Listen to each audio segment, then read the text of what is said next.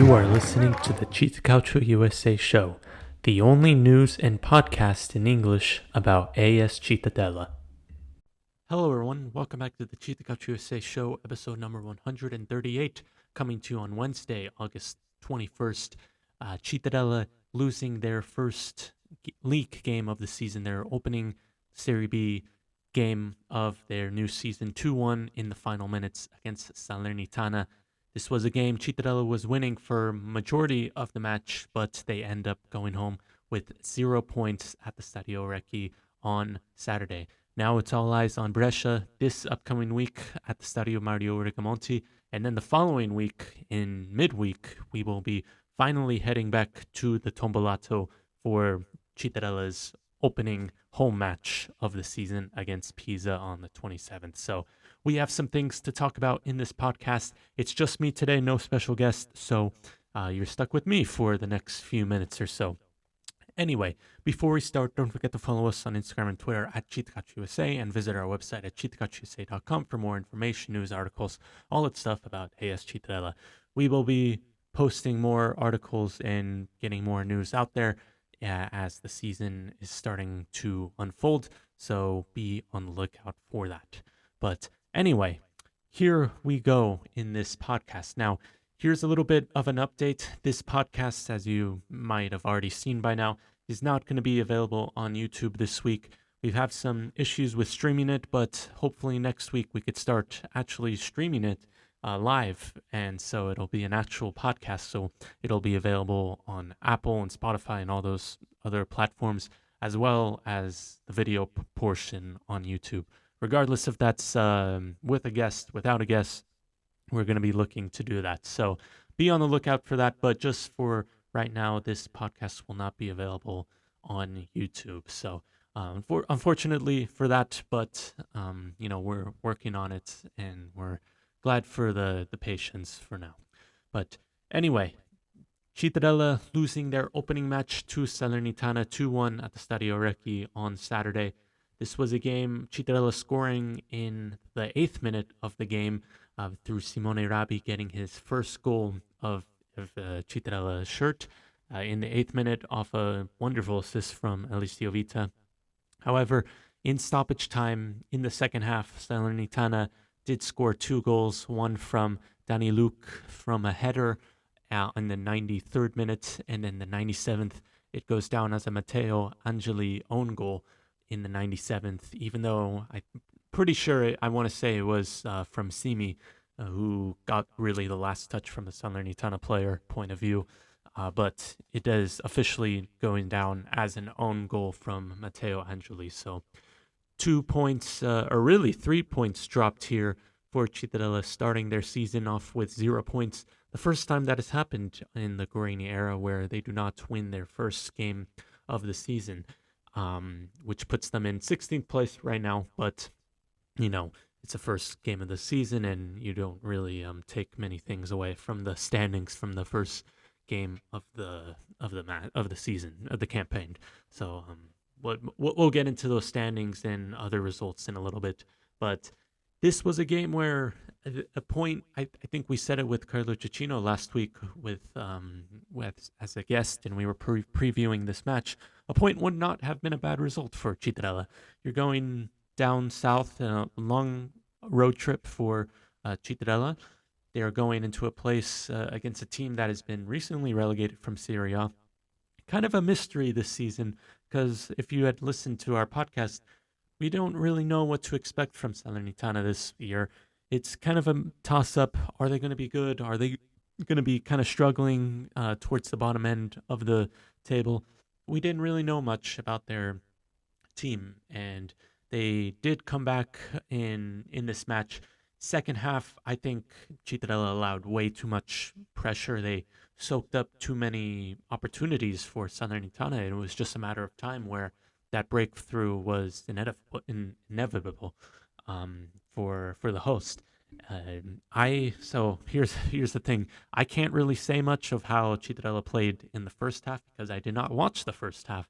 I was still finding a way to watch this game. As you know, DAZN is the only way to watch it, but here in the United States, we don't get the zone. So I was still trying to find a way to watch it, but luckily I did watch the game in. Oh, sorry about that. I did watch the second half of the game, so I can't really say much about what happened in the first half. Based on my knowledge and based on what people were saying, it was about 20 minutes of good football from Cittadella, and then they kind of just let their foot off the gas. And in the second half, you really saw Salernitana really pushing, and majority of that game, I want to say, was played in Cittadella's half. Now, when you concede so much of that pressure, when you soak up too much of that, it was only a matter of time that Salernitana was going to get the goal. And one bad marking on I think it wasn't really a set piece, but it was kind of was because it was an in-swinger ball to Danny Luke, who got the goal on the header. Kind of in a dangerous area for Castrati, who couldn't get there, and that was the goal. There was 9 minutes of stoppage time, which I don't know where that really came from. But when you score that goal in the 93rd minute, then you got 5 minutes to really hold on. And that's what Cittadella was doing. They were just kind of holding on for a point, and that did not end up happening. So this is not an ideal start to the campaign for the Granata, as they have now lost 2 straight games. If you include the Coppa Italia match against Sassuolo the prior week, that was also another 2-1 loss. So it's very, like I said, can't really take too much away from these opening weeks of the season. There's still a lot of, season to be played, and there's still teams trying to figure it out. I'm sure Cittadella is still trying to work the way out through the new signings, through the new formation. Definitely still early, but definitely not a great start for Cittadella, if we're being honest. However, one thing that really stuck out was the 0 attempts on target in the second half, and really only one shot in the entirety of the second 45, as that really kind of summed up the toothless attack for Cittadella in that second part of the season. Guarini said in his post-match press conference that his substitutes didn't really make the impact that he wanted to, and I think I could agree with him. I don't think those the substitutes really was impactful. Taking off Simone Branca in the 56th minute for Andrea Tessiori, I kind of understood that because Branca is still coming back from that little bit of a sickness he had throughout the summer, so he was still late to preseason and still getting that fitness. I kind of understand that, but taking out the Sogus, taking out Rabi, Casolari, kind of for a more defensive-minded attack, maybe, because you do put on Andrea Magrassi, who we know is not the fastest, is not probably the most clinical of finishers, like you might have seen with Rabi or De Sogus. You've taken off Casolari, who's kind of the anchor, the regista, how you call it in Italy. Taking off him for Baldini, even though Baldini is, an attacking-minded player.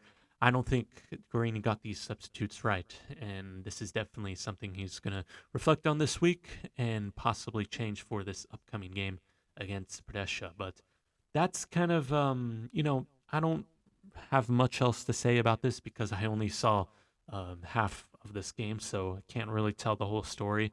But definitely, I think better game management is needed for Cittadella, and this brings up a really big game against Brescia this weekend, because if Cittadella lose this game, which we'll get into in a little bit, if they lose it, that'll be 2 straight losses in the league, 3 straight losses overall, if you include the Coppa Italia match. Going into the home opener, that's definitely not what you want in this case. So, unfortunately, Cittadella losing their opening match in a game where really a draw would have been a good result, even though they would have conceded late. It still would have been a good result in a tough stadium, but now they are going to another tough place to play in the Stadio Mario Rigamonti this upcoming Saturday, August 24th at 8:30 p.m. local time. Brescia against Cittadella. This is actually the 31st meeting between the two clubs, and it will be this upcoming Saturday the most played fixture in Cittadella's history, surpassing the games against Padova with 30 meetings currently on official record, and then Ascoli was up there with 28 games. But this will be the 31st meeting between these two clubs. I think it kind of makes sense because Brescia has historically been in Serie B. They've had actually the most Serie B appearances out of any club. So I think it is, natural every time Cittadella is in Serie B, they're likely going to play Brescia. So, the 31st meeting between the two clubs. Now, if you remember from last season, the 2-0 loss against Brescia in February, that was actually the first time Brescia had beaten Cittadella since I want to say it was 2017, and that ended an 11-game unbeaten run against Brescia in all competitions.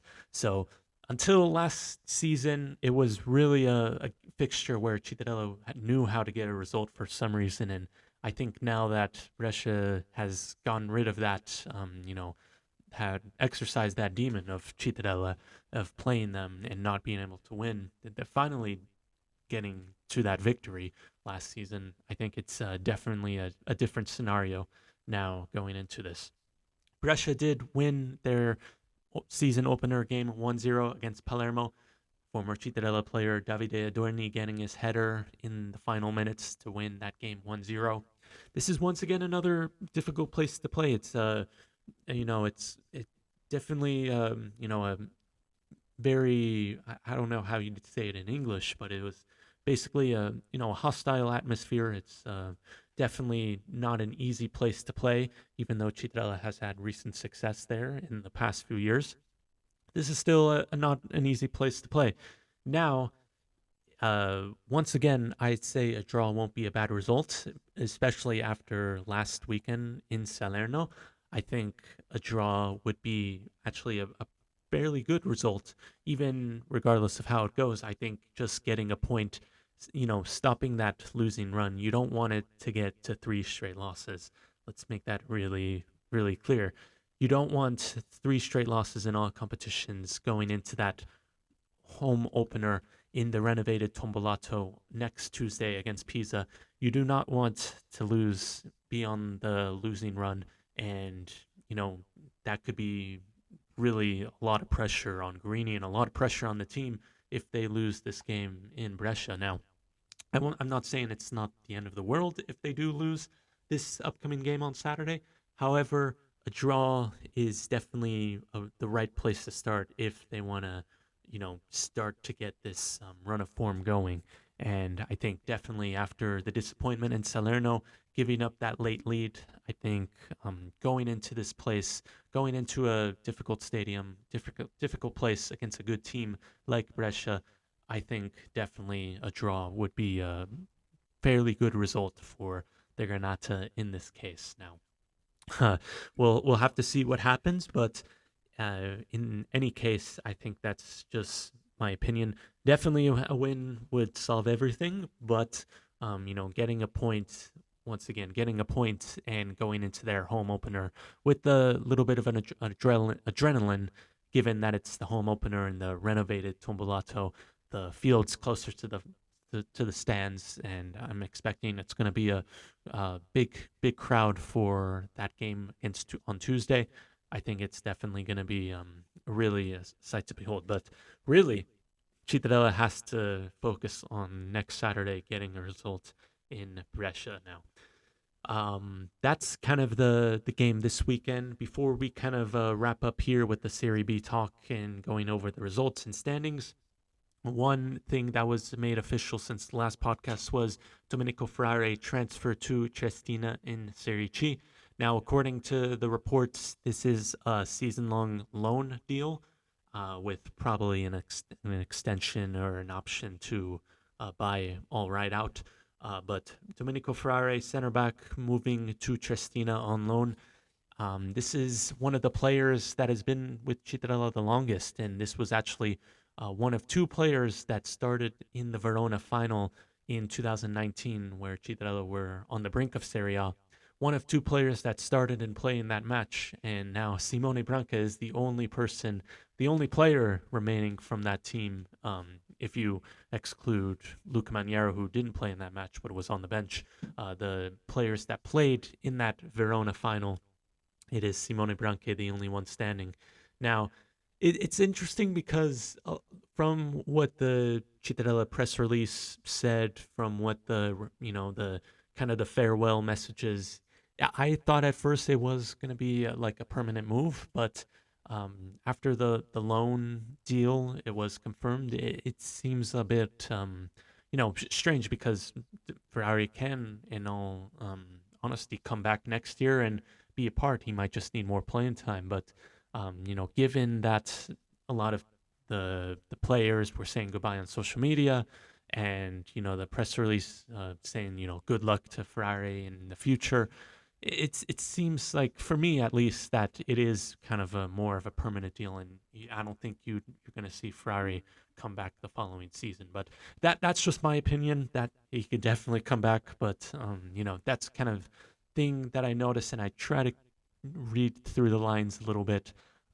But that's, once again, that's just my opinion, and who knows? Who knows what's going to happen in the next year with Ferrari? But good luck to Ferrari. He's off to Triestina, looking to make that promotion to Serie B with his new club. But moving to the match day one of Serie B, there's a lot of action going on, starting with Brescia once again beating Palermo 1-0. Then you had Bari losing to Juve Stabia 3-1. Spezia 2-2 against Pisa in the derby. Our good friend Elia was actually at that game, so shout out to him. Salernitana beating Cittadella 2-1. Südtirol beating Modena 2-1.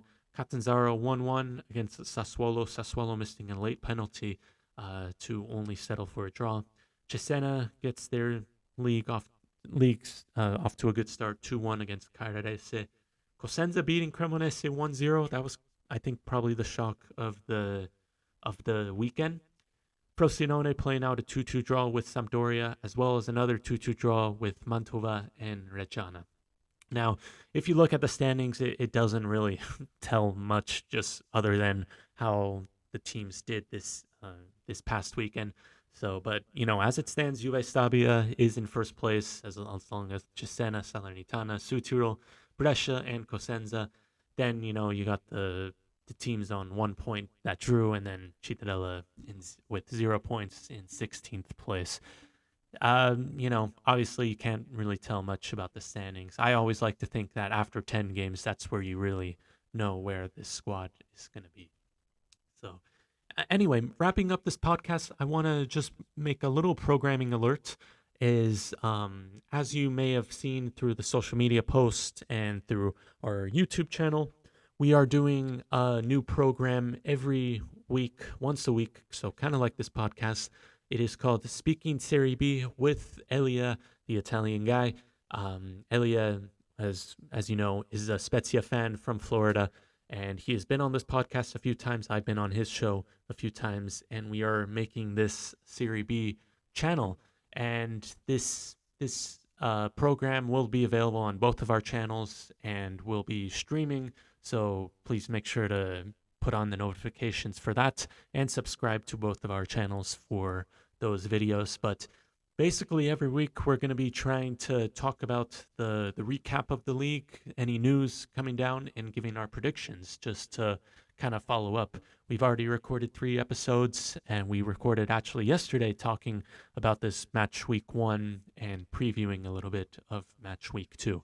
So please give it a follow. Speaking Serie B, that's the program name. Once again, it's available on my channel, CittaCalcioUsa, on YouTube, and as well as Elias on his channel. So please go make sure to check that out. And with saying that, I'm going to end this podcast right here. A little bit of a quicker episode, and once again, apologies that it's not going to be on YouTube this time around, but hopefully next week we're going to be starting to live stream it and put it on YouTube as well. So once again, please follow us on Instagram, Twitter, and YouTube at CittaCalcioUsa, and visit our website at CittaCalcioUsa.com for more information, news, articles, all that stuff about AS Cittadella. We're going to be posting the match report, preview, Garini's press conference, all that stuff at CittaCalcioUsa.com. So make sure to check us out there. With that being said, I will see you next week recapping the Brescia match and as well as possibly talking about the Pisa match, the home opener at the Tombolato, newly renovated Tombolato on Tuesday. That's going to be it for me today. Thank you for listening to this podcast. And as always, Forza Citta. Thank you for listening to the CittaCalcioUsa show. If you liked it, please share and follow us on Instagram and Twitter at CittaCalcioUsa. See you next time, and remember, Forza Citta.